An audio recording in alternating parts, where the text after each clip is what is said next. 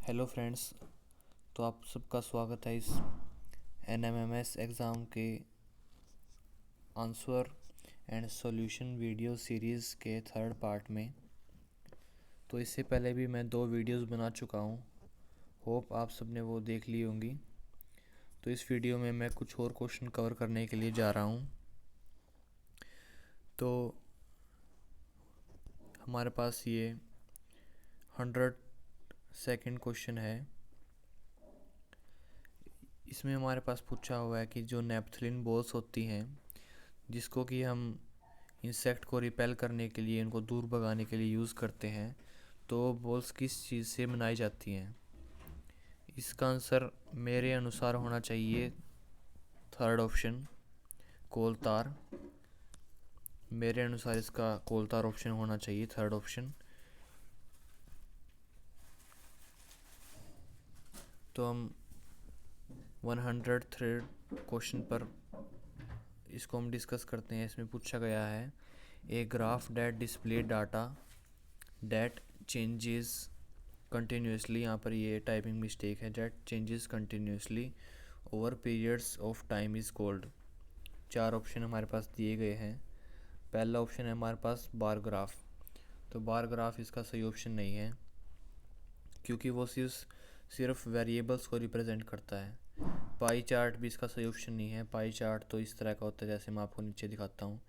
ये जो 105 क्वेश्चन में दिया हुआ है, ये पाई चार्ट होता है। ये भी इसका सही ऑप्शन नहीं है, क्योंकि इसमें टाइम का तो कुछ फंक्शन है ही नहीं।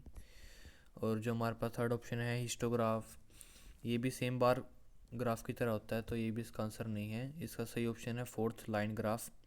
लाइन ग्राफ ही वो ग्राफ होता है जो कि एक कांस्टेंट पीरियड पर डाटा को वेरी करवाता है।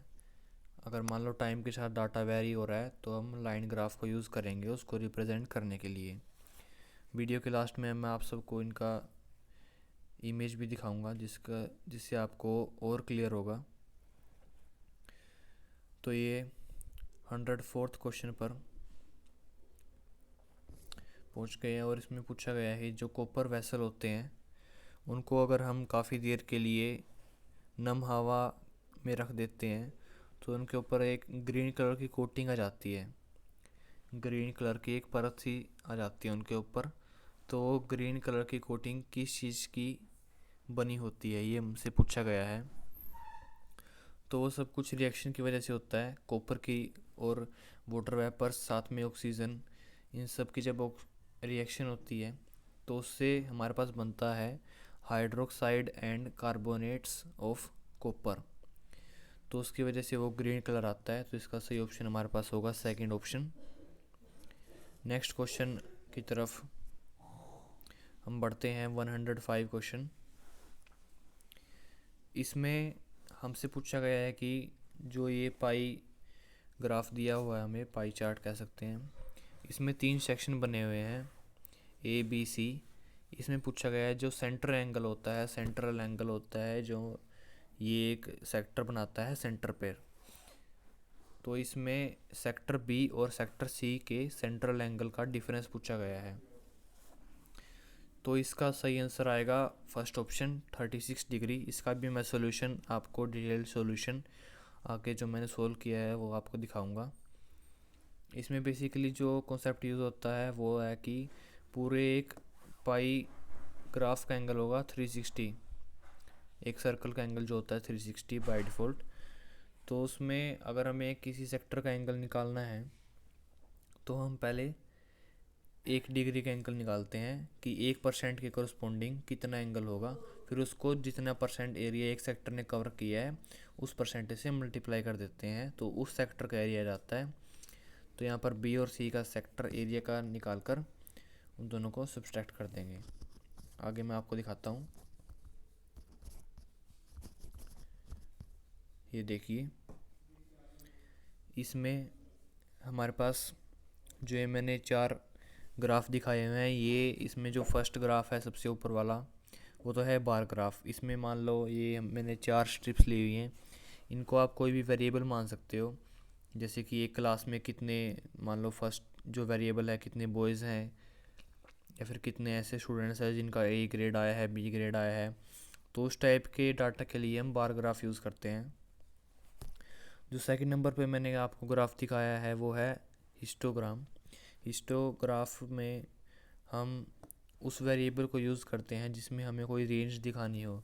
जैसे मान लो 5 to 10 मार्क्स कितने बच्चों के आए हैं, 10 to 15 ऐसे। और थर्ड जो आपने अभी प्रीवियस क्वेश्चन में देखा ही था, ये तो है पाई चार्ट। और फोर्थ है ग्राफ, जो हमारे पास सही ऑप्शन था, लाइन ग्राफ, जिसको कि हम तब यूज़ करते हैं जब कोई डाटा किसी पीरियड ऑफ टाइम में कंटिन्यूसली वेरी कर रहा हो, उसको अच्छी तरह दिखाने के लिए।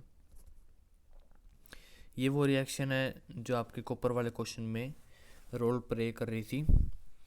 इसमें कॉपर और वाटर वेपर साथ में CO2 प्लस ऑक्सीजन मिलके बनाते हैं carbonate of copper plus hydroxide. Hydroxide मतलब OH ग्रुप, कार्बोनेट मतलब CO3 2 नेगेटिव ग्रुप। तो ये इसका सही ऑप्शन होगा, कार्बोनेट एंड हाइड्रोक्साइड। और ये इसका सोल्यूशन है पाई चार्ट वाले क्वेश्चन का। इसमें जैसे 360 एंगल है पूरे सर्कल का, उसको अगर हम 100 से डिवाइड कर देंगे तो वो 1% आ जाएगा पूरे ग्राफ का। 1% को 40 से मल्टीप्लाई कर दिया तो वो एक सेक्टर का हमारे पास एंगल आ गया, सेंट्रल एंगल 144। और जो सेकंड सेक्टर है उसका इसी तरह से 30 से मल्टीप्लाई करके 108। इन दोनों को अगर हम सब्ट्रैक्ट करेंगे तो 36 हमारे पास आंसर आता है। इसको एक सेकंड मेथड भी है सोल्व करने का, डायरेक्ट मेथड, जैसे मैंने ये साइड में दिखाया हुआ है ये वाला। इसमें दिया हुआ है कि ये जैसे मान लो ये 10% है, तो 10% डायरेक्टली हमारे पास आ जाता है। अगर हम 40% माइनस 30% करते हैं डायरेक्टली 10%, और वो 10% हमें निकालना है पूरे एंगल का 360 डिग्री, डेट इज़ डायरेक्टली 36। तो होप आप सबको ये सॉल्यूशन जो मेरे अकॉर्डिंग इन क्वेश्चंस के बनते हैं क्लियर हो गए होंगे। अगर आपका कोई डाउट है तो आप कमेंट सेक्शन में पूछ सकते हैं, मैं कोशिश करूँगा कि आपका जल्दी से जल्दी रिप्लाई करूँ।